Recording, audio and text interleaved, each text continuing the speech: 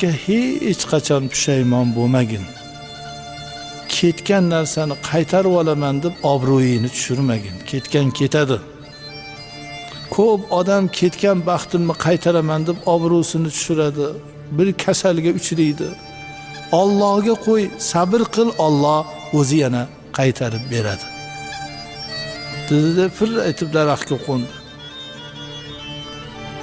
Sizlar insonsizlar, Alloh sizlarga aqlni juda katta bergan. Bir gapni eshitsang, aql tarozingga qo'ygin. To'g'ri kelsa qabul qil.